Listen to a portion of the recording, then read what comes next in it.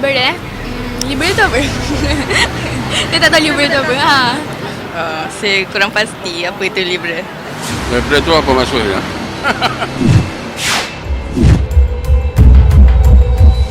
Faham saya yang naik syahadah asyhadu anna Muhammadar Rasulullah itu munafik. Itu fahaman dia. Itu makna dia. Ya, dia memang Muhammad, dia memang Rasul. Tapi dia bukan satu-satunya Rasulullah. Syahadah yang kedua tu seolah-olah Muhammad ini satu-satunya Rasulullah. Memang Muhammad tu banyak kali. Tapi adakah dia tu satu-satunya Nabi yang Tuhan hantar kepada manusia tu? Bukan. Sama Pak Kasih, maknanya syahadat la ilaha illallah saja. Muhammad Rasulullah itu tak ada. Tak tahu. Ulama ni saya khabar ulak dalam semua. Bagai apa? Tak apa itu. Badri. Itu pun tidak. Dastak Badri. Tapi Badri.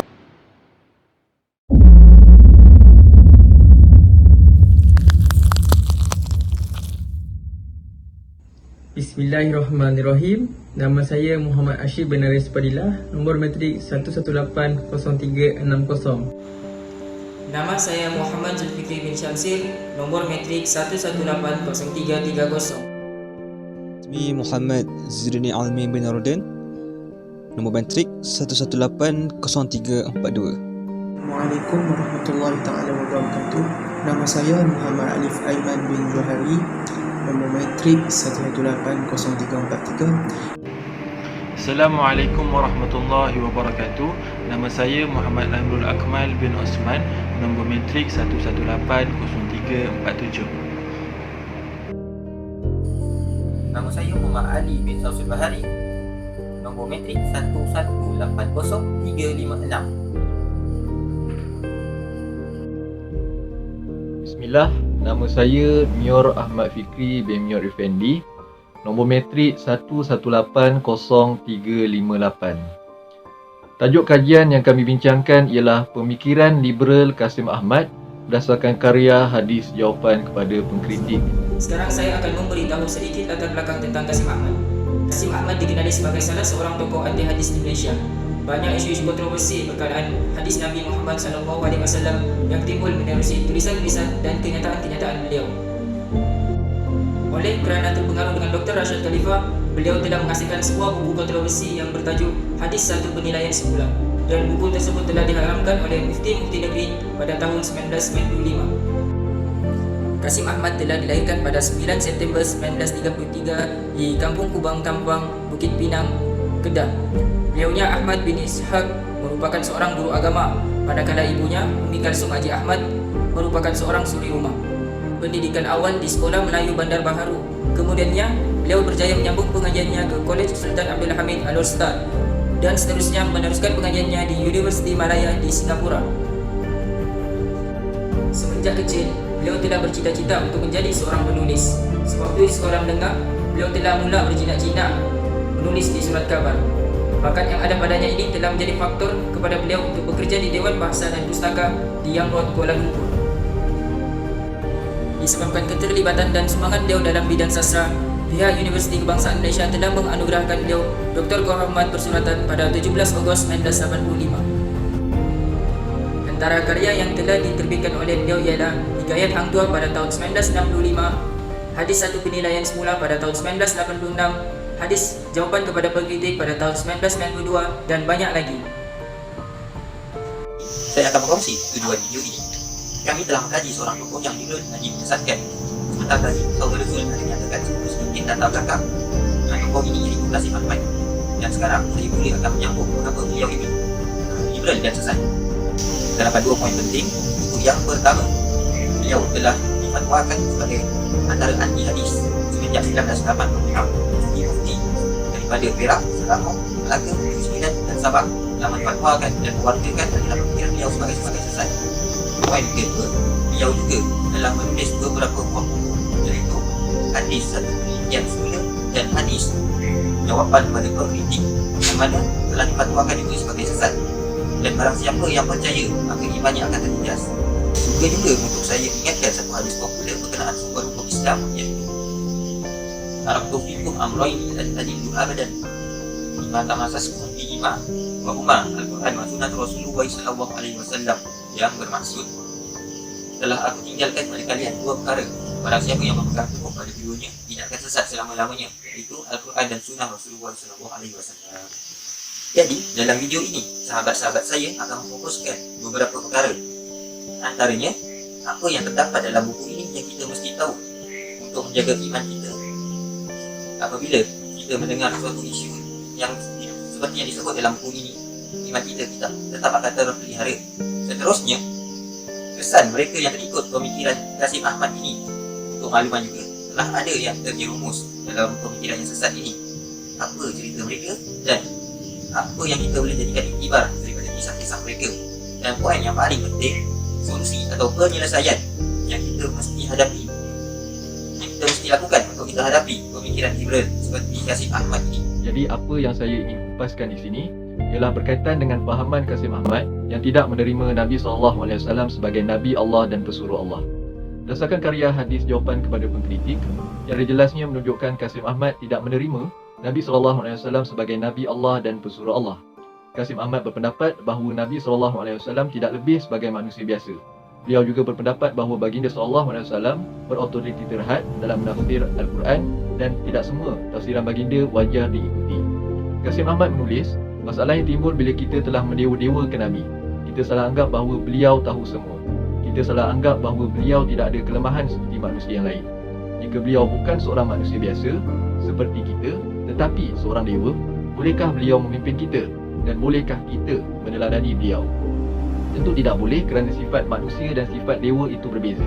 Oleh yang demikian, mengapakah pecinta-pecinta hadis melompat bila kita mengatakan Nabi Muhammad tidak mengetahui segala-galanya tentang tafsir?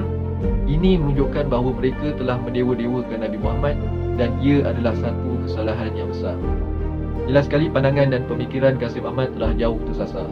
Al-Quran yang kononnya dipegangnya dengan tegas mengiktiraf bahawa Nabi SAW bukan sahaja manusia biasa tetapi adalah Rasul Allah dengan contoh yang terbaik, yakni uswatun hasanah. Allah telah mengiktiraf Nabi SAW sebagai seorang pesuruh Allah yang dilindungi daripada sebarang ismah atau kesalahan.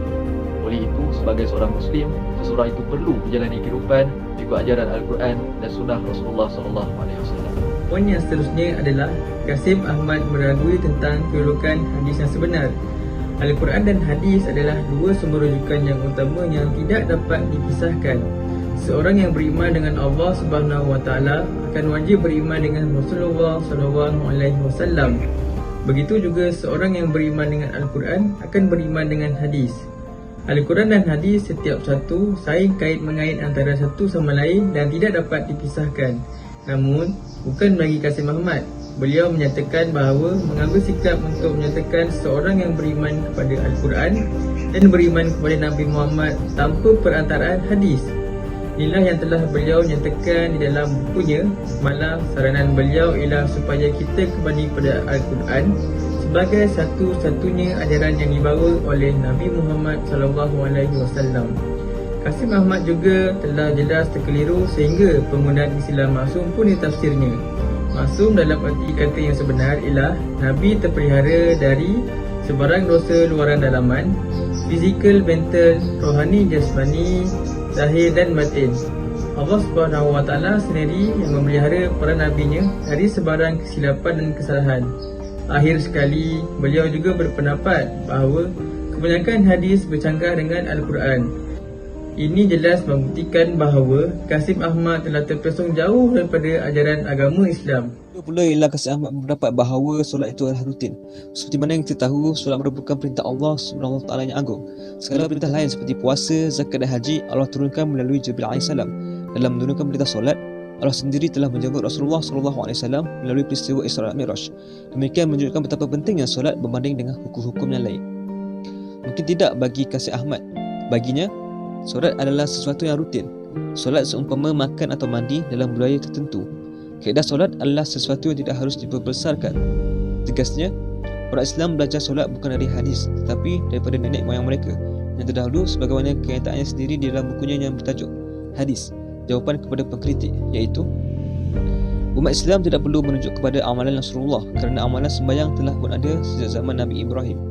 Oleh yang demikian, Kita boleh melakukan sembahyang dengan cara meniru cara datuk nenek kita melakukannya, mengikut cara asal Nabi Ibrahim, Nabi Ismail, Nabi Yaqub, Nabi Musa, Nabi Isa dan pengikut-pengikut mereka. Disebabkan Al-Quran tidak menyebutkan perinciannya, maka cara melakukannya bolehlah dengan akal dan perundingan.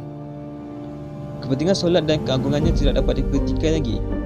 Kupasan demi kupasan hal solat sudah lama dah hadar diperbahaskan pada sarjana dan ulama Islam. Justeru, apabila Kasim Ahmad mengatakan hal solat adalah hal turun-temurun, ini adalah sesuatu yang tidak dapat diterima oleh seorang muslim yang waras iman dan akalnya. Al-Quran menyuruh umat Islam mengerjakan solat. Kaedah solat diperjelaskan pula oleh Rasulullah SAW. Sebenarnya telah timbul banyak kemusyrikan apabila Kasim Ahmad menegaskan solat adalah kaedah turun-temurun. Di antaranya ialah satu persoalan genting, iaitu apakah betul kaedah solat yang diguna pakai oleh Kasim Ahmad apabila mengerjakan solat. Di antara implikasi Islam liberal terhadap kedudukan dan pengaruh Islam di Malaysia berdasarkan kes-kes yang terpilih termasuklah isu artikel 121 dalam kurungan 1A, isu penubuhan Interfaith Council IFC, isu fatwa Sister in Islam, kumpulan G25 dan gerakan LGBT.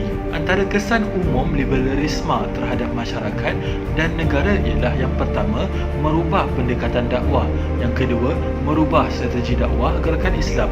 Yang ketiga, masyarakat akan berpecah belah kerana mempunyai persefahaman yang berlainan.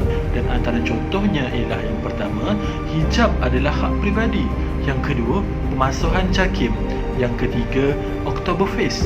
Yang keempat, menuntut periktarafan LGBT dan lain-lain. Di antara kesan Islam liberal termasuklah sekularisme, pluralisme agama, hermeneutika dan feminisme. Sekularisme bermaksud permisahan antara agama dan urusan dunia. Nilai manusia boleh berubah mengikut keadaan, ruang dan tempat. Pluralisme agama ialah konsep semua agama adalah sama, iaitu semuanya menuju kepada Tuhan yang satu. Agama Islam dan bukan Islam dianggap setanding dan sama-sama benar. Hermeneutika ialah pentafsiran semula Al-Quran menggunakan kaedah pentafsiran Bible. Teks Al-Quran dikaji dan diubah mengikut selera pentafsir. Dan yang keempat, feminisme ialah perjuangan menyamakan lelaki dan wanita dalam segala hal. Wanita diberi kuasa menjatuhkan talak. Pembahagian harta pusaka sama antara lelaki dan wanita. Poligami adalah tidak sah. Persoalan yang lebih penting ialah, sudahkah kita meletakkan usaha yang bersungguh-sungguh dan semaksimal mungkin dalam mengumpul, mempelajari, mengkaji, menganalisis dan menyebarluaskan khazanah ilmu dalam tradisi kita? Di sini saya ingin berkongsi sedikit berkenaan dengan solusi ataupun langkah-langkah yang saya ataupun kita gunakan untuk mencegah perkara-perkara berkaitan dengan khususnya anti-hadis. Yang pertama adalah daripada individu ataupun diri kita sendiri. Kita boleh menetapkan ilmu agama yang ada pada diri kita dengan menghadiri kelas-kelas belajar Al-Quran ataupun kelas makwah di masjid ataupun musola. Kemudian kita juga boleh bekerjasama dengan pihak berkuasa agama dengan maklumat tentang mereka di golongan-golongan anti-hadis ini agar perkara seperti ini dapat dibendung di benteng yang lebih luas. Dua adalah daripada peranan masyarakat ataupun komuniti seperti JKK dan ahli hukum tetangga, iaitu memastikan setiap penduduk setempat itu menjalankan aktiviti-aktiviti yang berfaedah, iaitu aktiviti-aktiviti yang tidak bertentangan dengan nilai-nilai agama Islam.